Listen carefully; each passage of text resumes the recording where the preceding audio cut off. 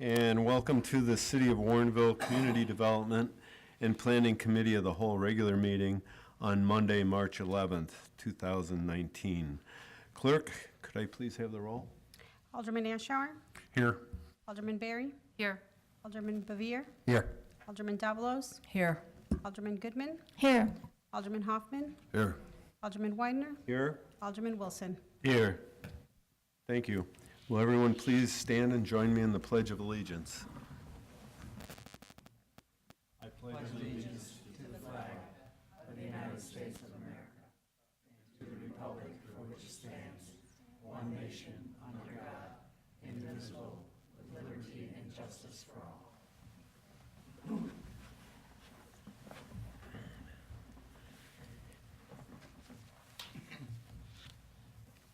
Okay, we have a couple citizens that would like to address the group this evening. Kathy Kimber, would you like to come to the mic and introduce yourself and discuss your topic? Thank you. Is this on? Hi, I'm Kathy Kimber. I live at 28 West 656 Ray Street, and I live on the northwest corner of Ray and Manning. I like to say how nice some of these houses are down behind our house on Ray Street. And also, although they have a lot of lights, one light in particular we were kind of concerned about is our light on the corner of Ray and Manning. It's kind of bright, and I was just wondering if they could change the bulb and make it kind of a lighter color, like maybe a pale yellow or something like that, because it is a bright light, and it shines on our house all night long. But I'm sleeping most of the time, so I don't notice it that much. Thank you. Thank you. Our next citizen who would like to address the group is Peg Cantel.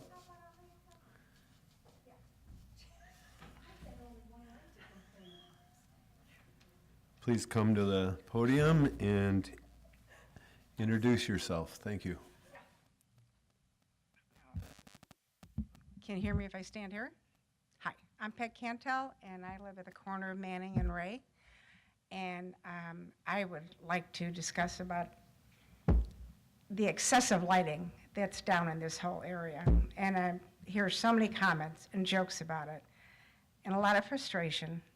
And I finally called my alderman, who called me right back. And the reason I'm here, she said maybe there could be a compromise on things. So give me 20 seconds to explain really why I'm here. Forever, there was 8 large yellow lights on the library, okay? And they're on all night long. But people blew them off because they weren't annoying. Last fall, we noticed all these other lights being installed. They put 4, you have 8 at the library, they put 4 more going to the street. They've got 7 over at the AT&T, 4 in the parking lot, and then this is all on Manning. Then they have 6 going around City Hall from the side here and up the corner. I'm not even going to get into the gazebo in that area. When the little driveway that goes into the gym, there's 4, and there's 8. There's a total of 37 lights in a 2.5 to 3 mile radius. Not even that. Obviously none of you live in this area, because at 9 o'clock, when the library closes and the gym closes, there is nobody down here. Nobody. Somebody goes, oh, they walk on the prairie path. That's baloney. This is not an attractive area of town like a downtown where you have museums or restaurants or places to come to. There's 3 parking lots, a library, and closed buildings. Everything else is closed. But they leave these lights on, all 37 in this area, all night long. And I have lived in this town for 36 years, and I have never had to close my blinds and my bedroom windows until all these lights are on. You can't sleep. That's how bright they are. And right now I can keep them closed, but I'm not going to be very happy come summer when I want to open up my windows. They call it It's like living next to a mall. I am not kidding you. And so many people come over to my house and they say, hey, is a circus in town? You got an airport you guys put in down here? I have never heard one nice thing about all these lights, except some senior citizens at the gym really liked a couple lights in Rockwell going out into Butterfield. And I just don't understand why we have to have 37, well, mark off 8, bright white lights on. I know you guys get the electricity for free down here, but do they have to be on all night long when you're trying to sleep? I don't want to go on my porch anymore. I'm not kidding you. I swear, we're going to count them. There's more lights in this little area than there is on 3rd Street in Geneva, and they have shops and restaurants. And it's like ridiculous to me. I don't understand the necessity of having all these lights on all night. Nobody's down there except for the street dance. It's not exactly an attractive area. So I asked Kathy, she says, well, maybe we could put the less dimmer lights on or put them down low or something where, honestly, I feel like I'm living next to an airport or a mall, and it's getting very annoying. And if you guys want a petition, I know a lot of people, I can go have them sign it if you need it to correct some of these, make them not so aggressive and annoying white bright lights. Because I'm sure if we put about 6 of them in front of your house, all of you would say, hey, we got to change this, because this is driving me crazy. Most people in Warrenville like it a little darker. You can go sit out by your fire or sit on your porch, and you don't have the aggravation of 37 lights in your face. So I'm hoping there's something maybe we can do to make, she was supposed to say the same thing. She had to put up new curtains in her bedroom because the lights are so bright. And I've talked to so many people down there, go, why are these on all night long? It's annoying, it's irritating, and I hope this council can do something about it. I really do. Thank you. Thank you for your comments. Now it's time for officials and staff members' comments. Mayor? I have nothing this evening, thank you. Alderman? Alderman Goodman? Yeah, I just wanted to remind everybody, District 200 has been holding outreach meetings on school safety and finance. The next one's coming up tomorrow night. It's going to be about school safety. It's at Monroe Middle School starting at 7 p.m. And then in May, they'll have further meetings about finance. I think one's going to be at South and one will be at Hubble, so keep an eye out for that. And those are open to the public, no registration required. So anybody who's interested, there'll be presentations from our police department, the Wheaton Police Department, and so on about school safety tomorrow night. Thank you. Thank you. Our city administrator is absent this evening. Would the assistant city administrator like to make any comments? Okay, thank you. Okay, no other comments. We'll begin the business of the meeting. And the first agenda item is the consideration of the Economic Development Representative's recommendation for city assistance and redevelopment agreement for Lexington Trace subdivision.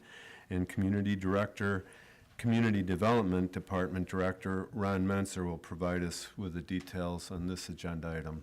Welcome, Ron. Thank you, Chairman.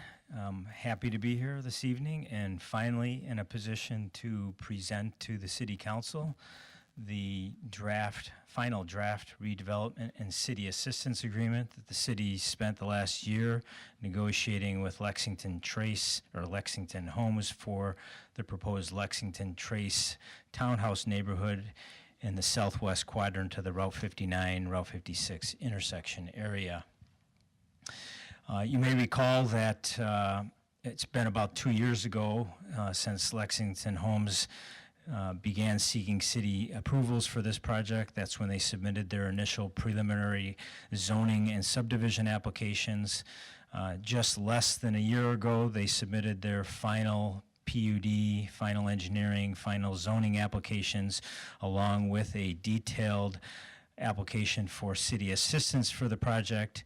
Since that time, we've been actively negotiating what, if any, type of city assistance would be appropriate for this particular project. Last November, the City Council accepted the recommendations of the Economic Development Representatives and the Community Development Committee to endorse a term sheet that outlined the scope and form of city assistance that may be provided for this particular project, and at that same time directed staff and the city's redevelopment attorney to negotiate a final redevelopment and city assistance agreement, the final draft of which is included in the agenda backup materials for your consideration.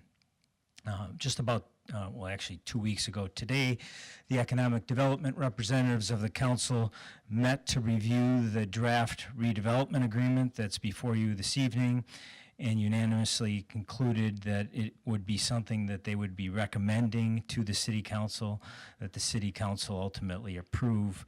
I think it's worth taking just a couple minutes to recognize some of the key conclusions that the economic development representatives came to in making the recommendation to approve this document.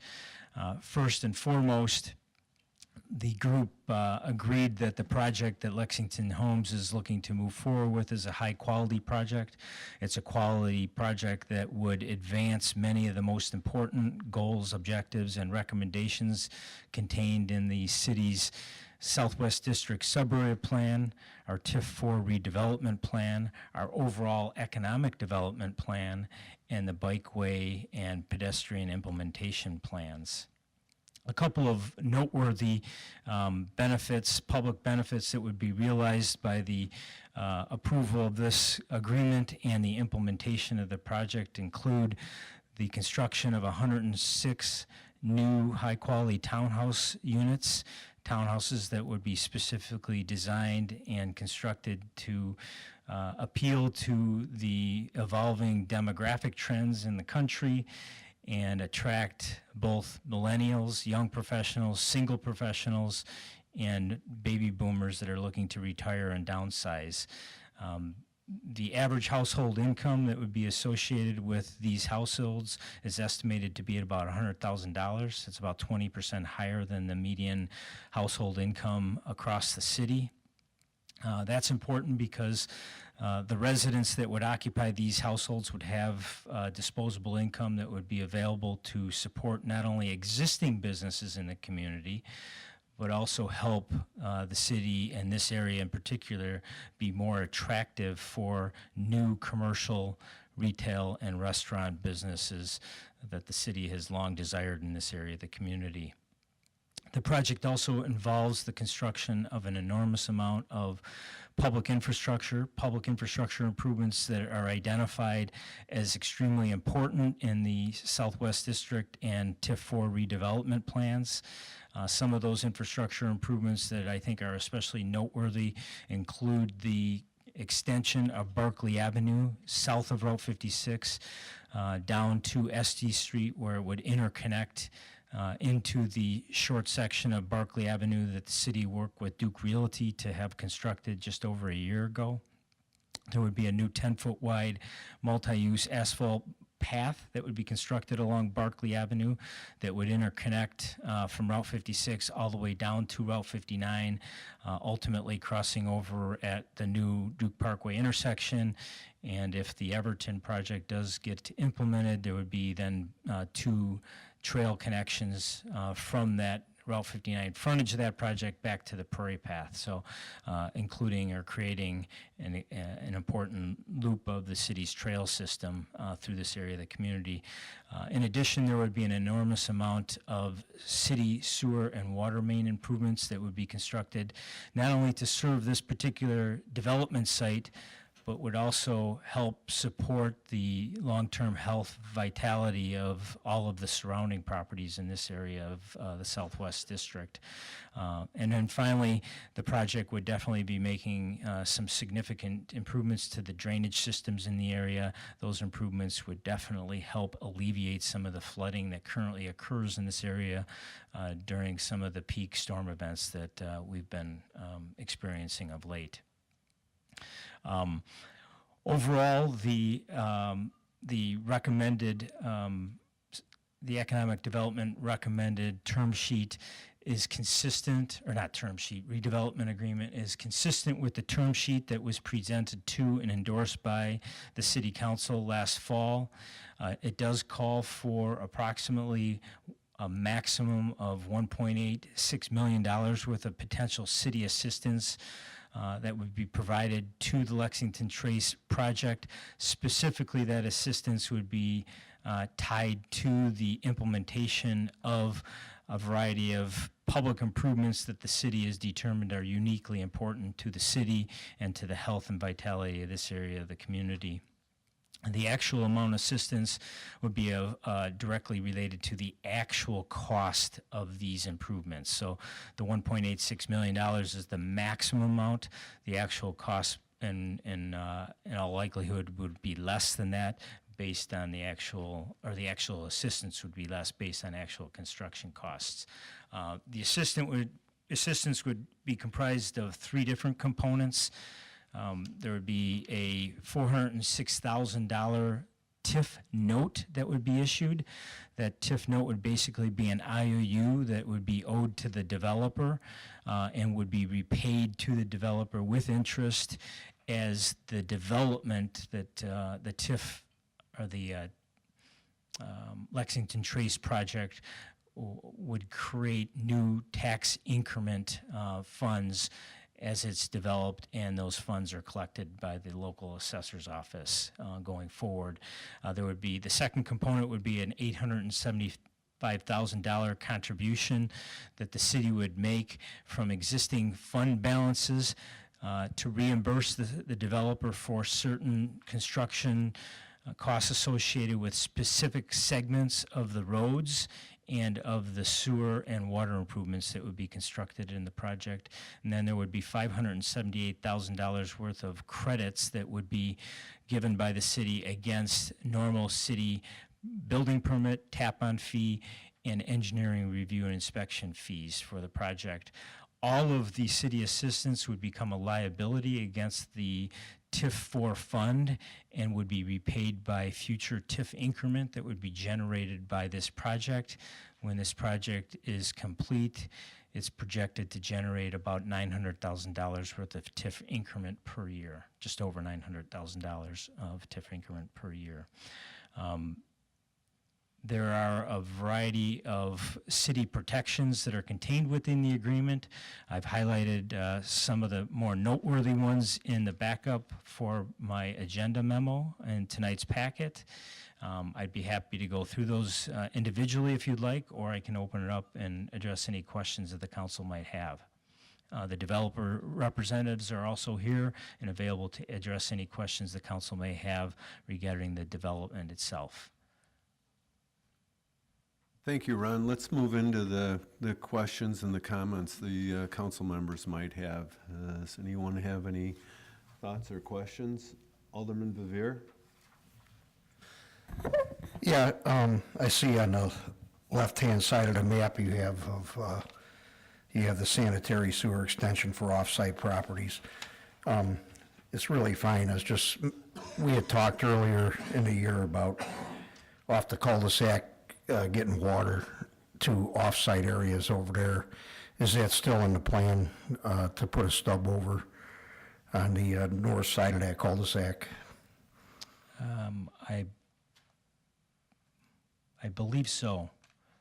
I believe that there's a water main that runs along the east side of the easternmost building and then northerly along the Route 59 frontage of the property and would dead end on the north side of that cul-de-sac.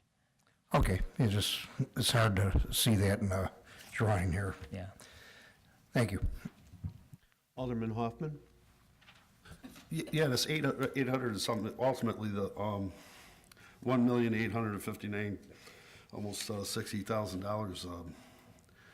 That's going to be taken out of the general fund, correct? That's where the loan will be paid out of? $875,000 of that would be taken out of a combination of the hotel motel fund balance and the fund balance that currently exists in the sewer and water funds. Okay, the $1 million will be taken out of the TIF funds as they come in? Any monies that are paid out either directly from the funds I just spoke of or are basically provided to the developer in the form of credits against fees that they wouldn't have to pay to the city become liabilities in the TIF 4 account, and those liabilities would be repaid with interest by the future TIF increment that's generated by this project. But for the time being, basically, the taxpayers will be held at risk on this. Held at risk. I suppose that, that they could be held at risk if this project, if they put in all those improvements and the city reimburses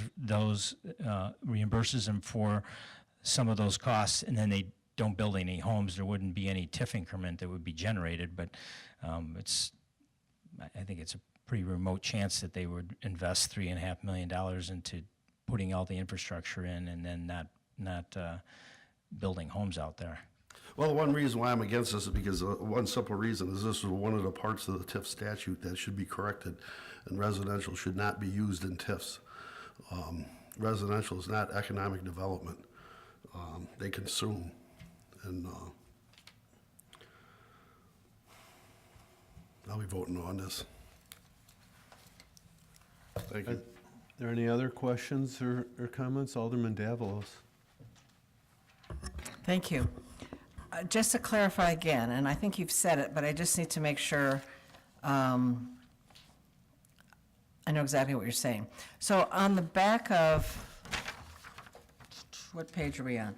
The back of page 2, this thing that has, it has reference notes. There's 3 reference notes. And I'm looking at number 3.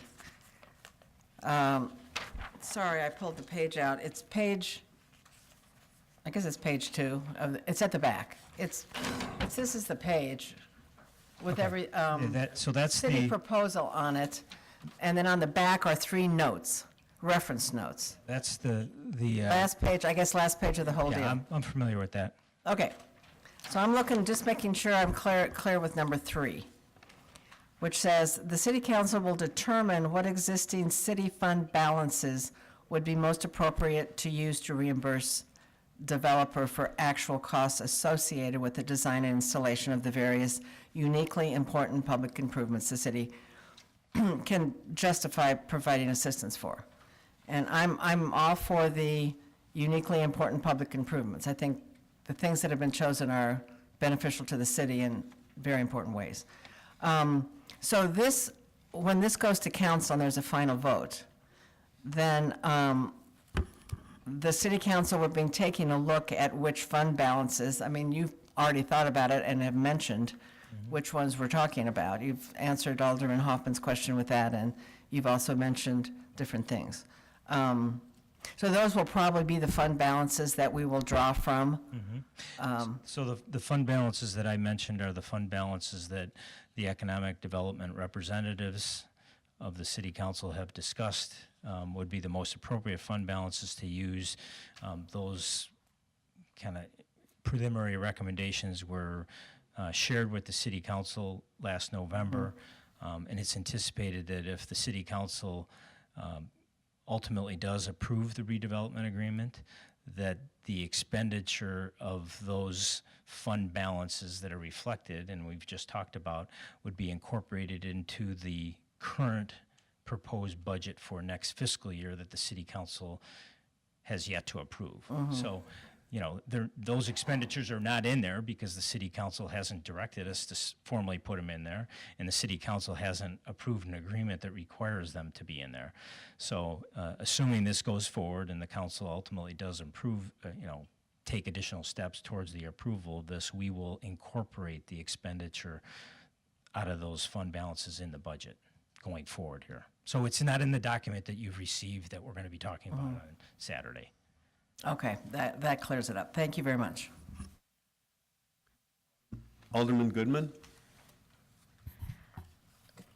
So walk me through the interest part of this, because in a couple of places we've talked about, $1.8 million.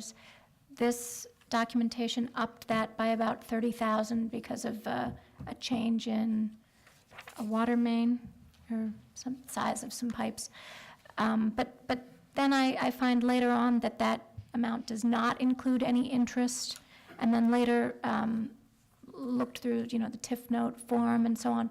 Why are we paying them interest, and why isn't that, if we are paying them interest, why isn't that reflected in the amount of money that we're talking about here? Okay, so the first question is what we're going to be paying interest on under this agreement. It's $1.86 million of total city assistance. As I described, there's 3 different categories of city assistance. The first category I mentioned would be a city assistance provided in the form of a TIF note. And the TIF note is the only city assistance that we would be paying the developer interest on. So the TIF note would basically be an IOU that would be issued to the developer, basically promising to repay the developer for costs that they've incurred, and we would use future or pledge future TIF incremental revenue that their project would be generating to repay them for those expenses that they've incurred up front. So essentially what they have to do is they have to go out and borrow the money to construct some of these uniquely important public improvements that would be eligible for TIF assistance, the TIF note. So, it's common practice in these types of scenarios to cover the carrying costs, you might say, the interest that accrues on the borrowed money that they have to get up front to construct those improvements for some period of time. The reality of it in this case is based on the projected construction timeline for this project and the absorption of the units and the related TIF incremental revenue that those units would be creating, the tax collection year of 2021 would be the year when there would be enough TIF increment generated in total by the project to totally cover any costs that they've incurred that would be TIF eligible costs. So it's a relatively short amount of time that we're anticipating that we would have to reimburse them for interest on the monies that they have to spend up front to construct some of these uniquely important improvements. So all said and done, it's going to be most likely a relatively small amount of money that would be paid on interest, but that's not included in any of the numbers because it's hard to project when they're going to actually incur those costs and submit for basically city certification of those costs, and then how quickly the TIF increment's going to be generated by the project to pay off those costs. So it's, there's there's many different variables that would go into that calculation that we just can't project. So it's hard to give a specific number. I can tell you that in the agreement, we did include a provision to provide you might say a worst case scenario protection for the city on how much interest could ultimately be generated by this project, and that is provided in a provision, and it's in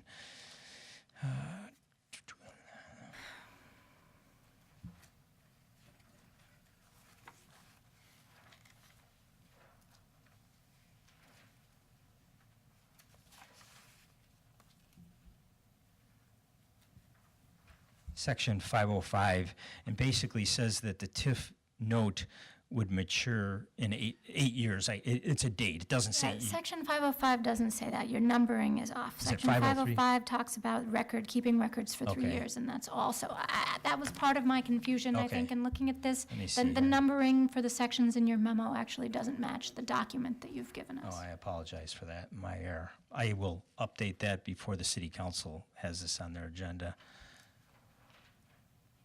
Yeah, 505 Maturity is date about a is, sentence. it's actually, sorry, it's 506. It must have got changed sometime there.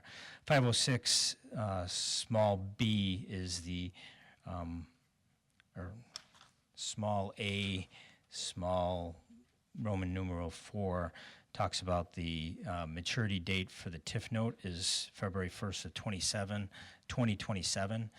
So in just 8 years, it matures.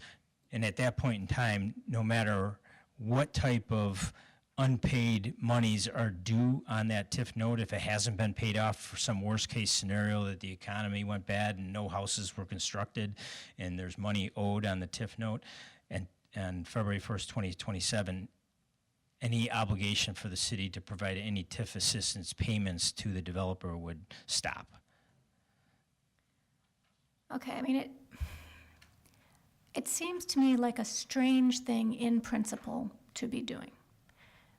TIF money is collected out of the property taxes that they pay, which is in arrears, which they pay to the assessor, which we get far after the fact.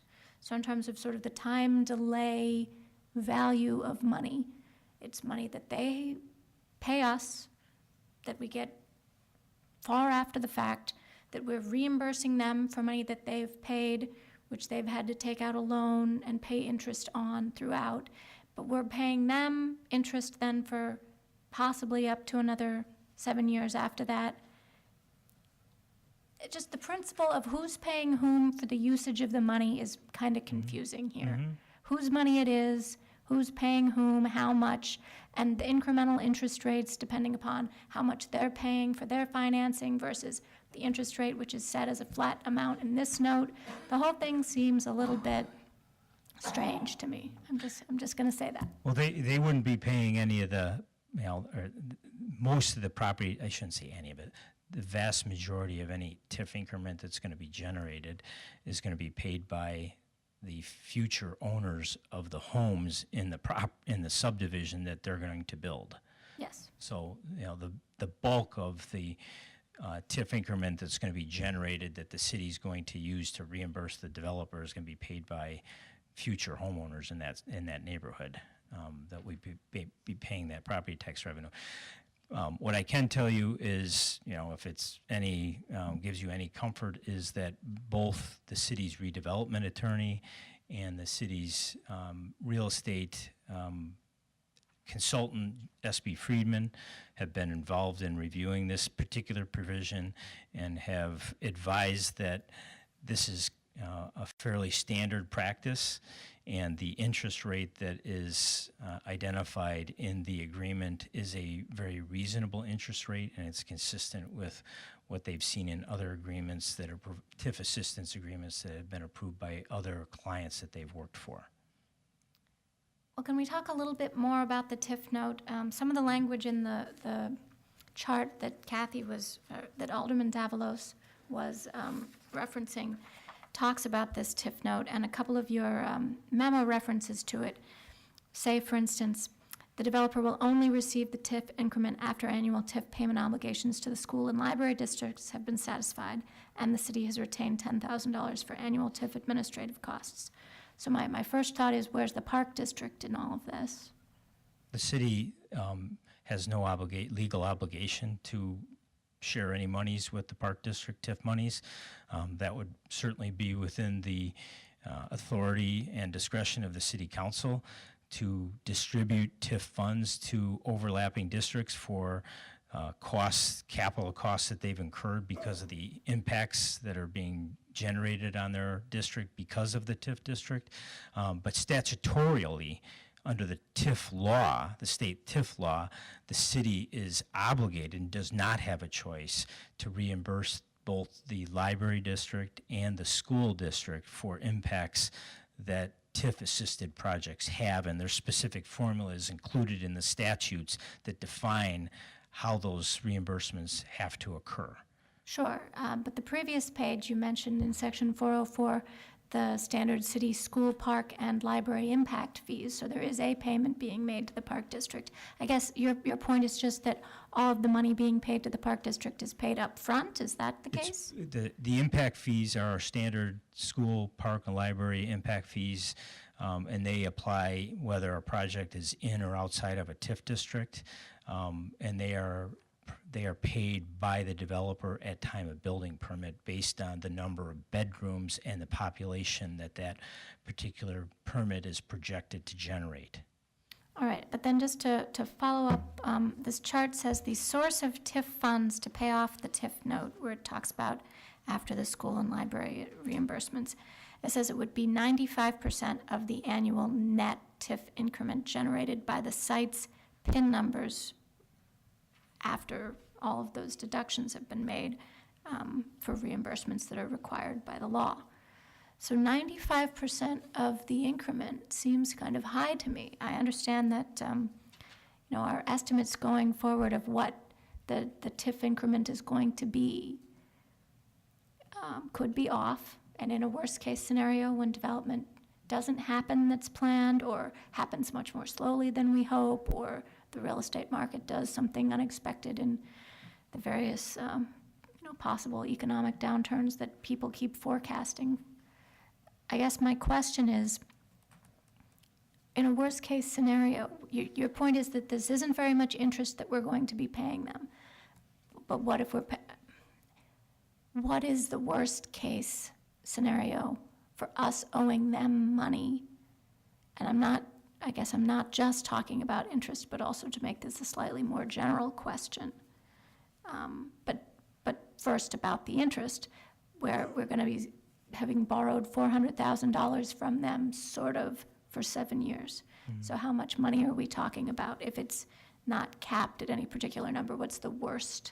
Well, the worst-case scenario, based on the conversations I've had with the finance director, in terms of the worst-case scenario, how much interest based on the maturity date that's outlined in the draft agreement, would be if the developer spent all the money, put in all the public improvements, and then right up front, right away, and then didn't build any houses that were not going to generate any, so there wasn't going to be any TIF increment generated by the houses. Now, there would be some TIF increment generated by the property, because the property's going to be more valuable. I don't know how the assessor's office would assess the property, but from a worst-case scenario, let's say there's really no no new increment that's generated, so that expenditure just sits out there and accrues interest.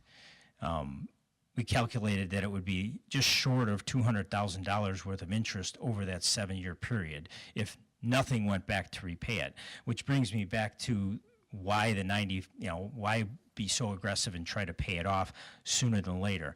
And that's because there's, really from the city's perspective, if there's increment being generated, it makes sense from our perspective to pay off that TIF note as soon as possible so that we're not accruing interest. Yes. Once we cover our costs, which is, the 5% or the $10,000 of TIF administration costs, and then reimburse the park district or the library district and the school district, at least from the staff perspective, and I think the economic development work group agreed that it makes sense to try to pay off that note as quickly as possible to minimize the amount of interest that we would actually be paying. Okay, so $200,000. Well, that's a higher number than I would have expected on a $400,000 note. Yeah. Because, interest adds up. And there's language in here to say that the interest is not supposed to compound.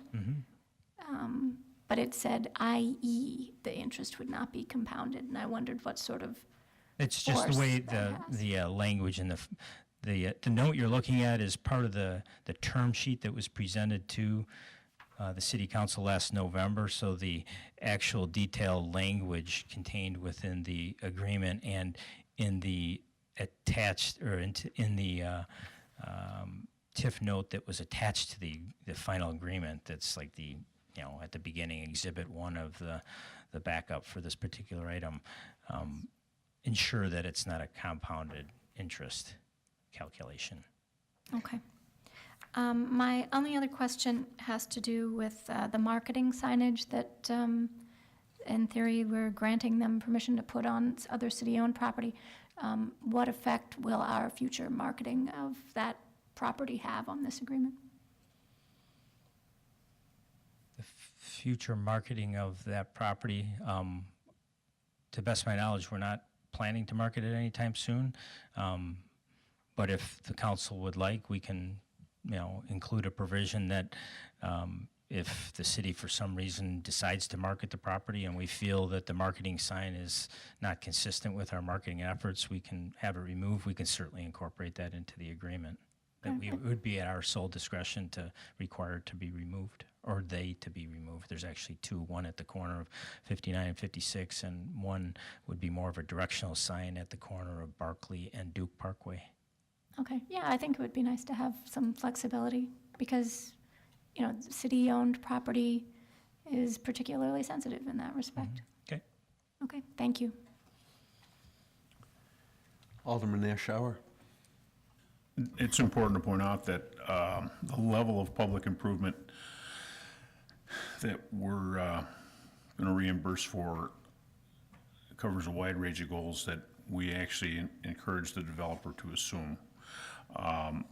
The level of the roadway, the sewer, the water, the looping of it, that will facilitate other development in that TIF area.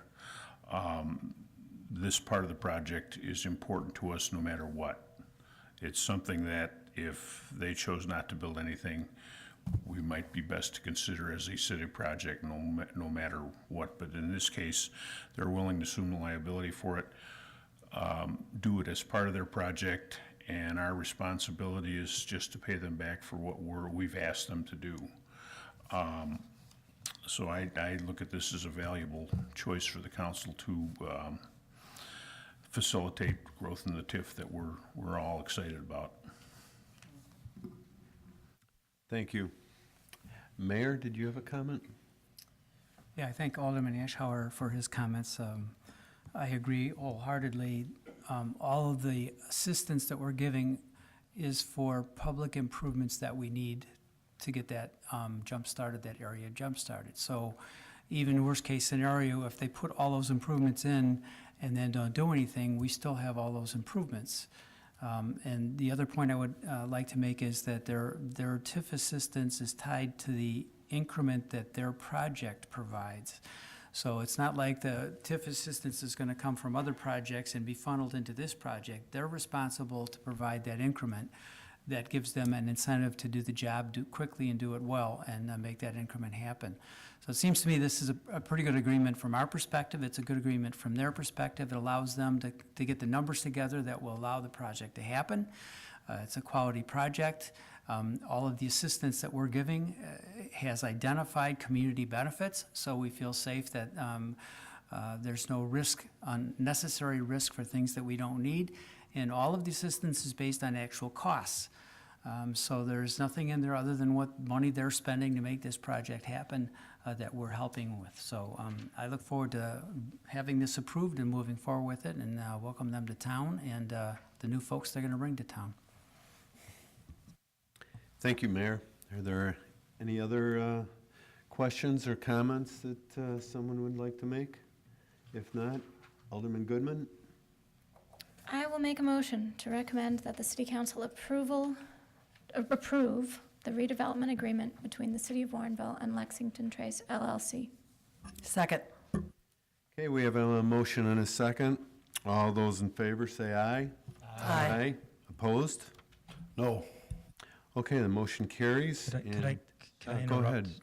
Chairman, I just want to clarify, is it okay if we include in the version that comes to the City Council the additional language that Alderman Goodman suggested about the signage? I don't see any objections coming from the council, so I think it'd be fair to say to go ahead and include that. We'll make that happen. Thank you. All right, thank you for bringing that up.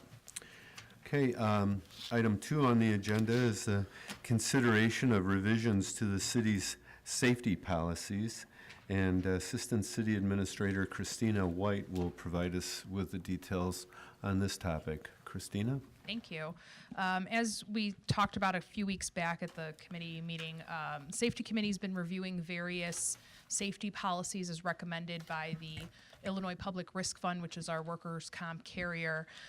The policies are being presented to the committee and the council to be approved individually, and then we'll eventually make it part of a safety manual to be revised and incorporated as the safety manual, replacing the one that was approved in 2013. This evening, included in the packet, we have a slip, trip, and fall prevention policy and an inspections policy. Slip, trip, and fall accidents tend to be the most common and most expensive of the workers' compensation type accidents, so that one is an important one to try to prevent and educate our employees about ways to prevent those accidents from occurring.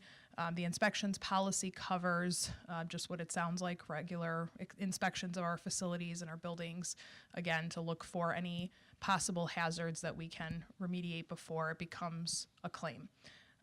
Both of the policies have been provided to the department heads for review and also have been reviewed by the city attorney. If that's really all I have to say, unless anybody has questions.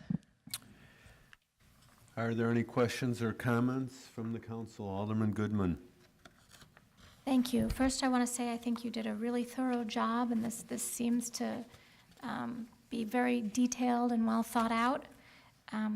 But secondly, I want to say that a fair number of our employees work in vehicles, our police department, our Acorn van drivers, and so on. And there really doesn't seem to be very much in here that would deal with that kind of condition. Most of this seems to be about indoor employees. There's some language, a little bit, about outdoor work. And I know that it's not likely that you're going to trip inside your own vehicle, but I can imagine in the Acorn van there being situations like that. Are there any additional sections you might add that would sort of touch on that workspace somewhere in this policy? There may be additional safety policies that address specifically vehicle maintenance and/or vehicle safety and inspections. You're right that the slip trip falls doesn't really focus in on getting in and out of vehicles, although there is the possibility it's happened. It doesn't happen as much with the standard cars that you would, like a squad car, for instance, but it does happen with people, with officers who are stopping semi-trucks and they're potentially climbing up onto the step of a semi-truck and then climbing off. So we can incorporate an edit to that policy to talk about safety when it comes to exiting and entering or stepping up and onto a vehicle. Okay, yeah, I mean, just Council maybe review. one additional thing to think about in terms of tripping and falling hazards. And then the only other question I had to do with 5.3 about the slip-resistant footwear. They mentioned a footwear inspection program, and I thought inspection by the employee, inspection by a supervisor, it's not part of your building inspection program. You talk about inspection program elsewhere, but that seems to be what you meant, but I don't think that can apply so much to footwear. So maybe just one bit of clarification there about who's doing the inspecting? We are working through that as a safety committee right now, so it came up as of our last meeting. It would likely start with the employee self-identifying if there is something going on with their footwear, if the treads are worn, if they need new shoes, and go from there. So we are working out the details of that as part of the safety committee. Okay. I think overshoes is one word, but that's the only typo I found. Thank you so much for your hard work on this. Thank you. Any other questions or comments? If not, I'd entertain a motion. Alderman Goodman. I would like to make a motion to recommend the City Council adopt the Safety Committee's policy to be effective immediately. Second. Okay, we have a motion and a second. All those in favor, say aye. Aye. Opposed? Okay, the motion carries. Third item on this evening's agenda is consideration of community electronic sign policy, and Assistant City Administrator Christina White will provide us with this information as well. Christina? Thank you again. Recently, a new electronic sign was installed at the southwest corner of Butterfield and Batavia. The policy that's included in the backup is intended to establish guidelines for the use of the sign, not only by employees internally, but also for those community groups and individuals that request for us to post messages on that new signboard. As this is a new communication tool for the city, we do anticipate from time to time we may need to revise this policy as we get more experienced with creating the messages and the backgrounds. You may have noticed looking at the sign, there's lots of different color variations you can do with the text in the background. The policy does incorporate the current sign ordinance limitations about the flashing or animation or movement or scrolling of the electronic sign. And we have already received one group requesting 3 separate messages to be added to the sign. So with that, we need a policy to be able to provide those guidelines and be consistent in how we administer the use of the message board. Take any questions? Questions? Alderman Goodman? So for some organizations, a limit of 3 reservations per calendar year seems way too low. The library, for example, or the park district. is that meant to apply to them? It says organizations, and it says we can consider additional ones, but it just seems like there's so many more events that we would want to publicize for the Library and Park District. Sure, and we anticipated that with this policy, but we wanted to start out being a little bit more restrictive than less restrictive because it is new and it's hard for us at this point to anticipate how many requests we're going to get on a regular basis. There are limitations to the number of characters and text that you can fit onto one slide of the sign, and the thought was having people driving by, you want them to see the messaging. If there's too much information and too many messages at one time, it may be distracting. People aren't going to be able to read through everything that's there as they're driving past or stopped at a light. So in order to give every community group the opportunity to submit messaging and not overwhelm the sign, we wanted to make it a little bit more restrictive at first. We probably will, in the cases of the library and the park district, if we don't have too much going on the sign at that point in time, we'll likely approve those requests as long as we have space to accommodate.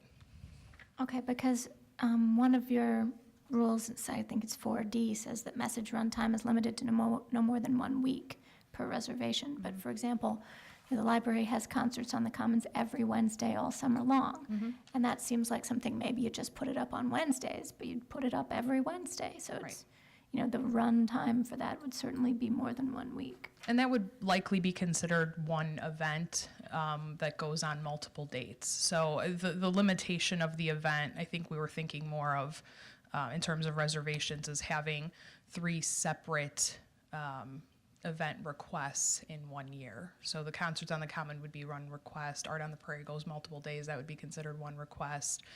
We just had the fire district submit 3 different dates for their coffee with the fire chief. We're considering that as one request because it's the same event that's just happening on 3 separate dates. Okay, because otherwise some of these things don't fit very neatly, 30 days in advance, but no more than 60 days in advance for the concert series that runs for months. Right. So that doesn't, it's not clear maybe how they would follow our rules. And we also have a rule here about not including animation or scrolling or so on, but last week it was doing that. Were you just sort of testing the new capabilities of the sign? We were not specifically aware of all of the limitations when we first turned it on. So we spoke to Community Development Director Menser, and he notified us that those were things that were not allowed by our ordinance, and so we updated that and included it into the policy so that we're following our own policy. Good. Yes. That's good. And one other policy here in section 4D says background colors should be basic and simple. When I was driving to this meeting tonight, there was some sort of message with a flag background, and I don't know what it said because I couldn't read it at all. No, it wasn't the budget workshop. That one had a plain background. The election one? Okay, well, the election one is an important message, and I could not read that. So I think that the background colors being basic and simple is a good rule, and I love the flag, but it does make it pretty hard to read. We are, and as I said, this is going to need to be revised as we get more experienced with operating this type of communication method. We don't have something like this, or didn't have something like this previously in the city.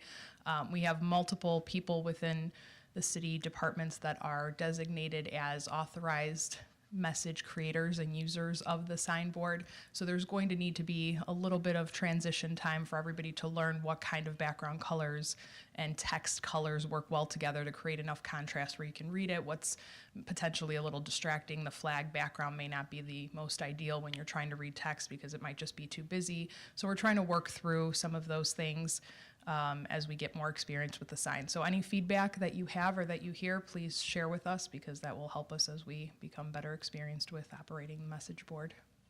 Thank you very much. Alderman Wilson. I just have one question. This is operating during normal business hours only, No, except for emergencies, no, according to this? It says during an emergency, they may post outside of normal business hours. right. So that's referring to we aren't going to be adding messages unless it's an emergency outside of normal business hours. So if somebody submits a request at 6 p.m. and says, can you add this immediately for an event that we're doing at 7 p.m. tonight, we won't be able to accommodate that. They'd have to send it in advance. Unless it's an emergency situation, then we may internally decide we're going to post a message because there's an emergency situation. Any other questions or comments? All right, well, thank you. We need a motion on this. Alderman Goodman. I would like to make a motion to recommend the City Council adopt the community electronic sign policy to be effective immediately. Second. Okay, we have a motion and a second. All those in favor say aye. Aye. Opposed? Okay, the motion carries. Thank you. Our next item on the agenda is discussion of the draft 2020 citywide work plan.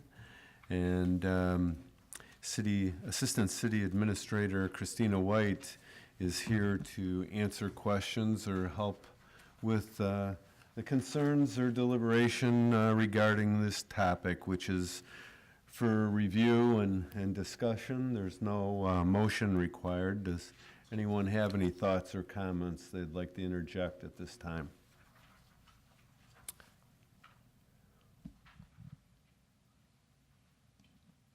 I guess my only question is whether or not, plans are great, and I know it's good to have things laid out, but should something come up in the middle of the fiscal year, is there time set aside and flexibility within the work plan to include a yet unforeseen priority project? That is a great question. What I will say is generally the work plans, as we've talked about, whether it be the citywide or the department work plans, are created with projects and initiatives that are outside the day-to-day tasks and workload that staff anticipates. Within that, obviously, every year we have things that come up throughout the year that the council designates. That's always at the priority of the council. If something comes up and the council directs staff to work on something different, we will, as your staff, let you know. If there are constraints or concerns about other projects or timelines within that given work year related to the work plan or anything else that's going on, but those are always discussions that come up throughout the year. So while I wouldn't say there's flexibility built in, because we tend to try to get as much accomplished and projected in our work plans as possible so that we can continue forward on the city's plans and goals overall, we anticipate that there's always going to be things that come up throughout the year. Okay, thank you. Any other thoughts or concerns? If not, we'll move along to agenda item number 5, which is for your information and to review and file the Community Development Department's fiscal year 2020 work program. Does anyone have any thoughts, concerns, or questions regarding this item? Okay, seeing none, we'll move along to agenda item number 6, to review and file the Community Development Department's fiscal year 2020 work program and decision package. Again, this is not an item that requires a motion. It's here for your thoughts and discussion. If anyone has anything. Seeing none, we'll move along to item number 7, which is for your information, and it's to review and file the bi-monthly code enforcement report. And if anyone has any thoughts or concerns regarding this, they can bring them to our attention now.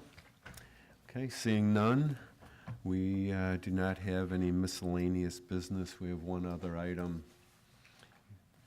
Would someone care to make a motion? Alderman Goodman. I move to adjourn.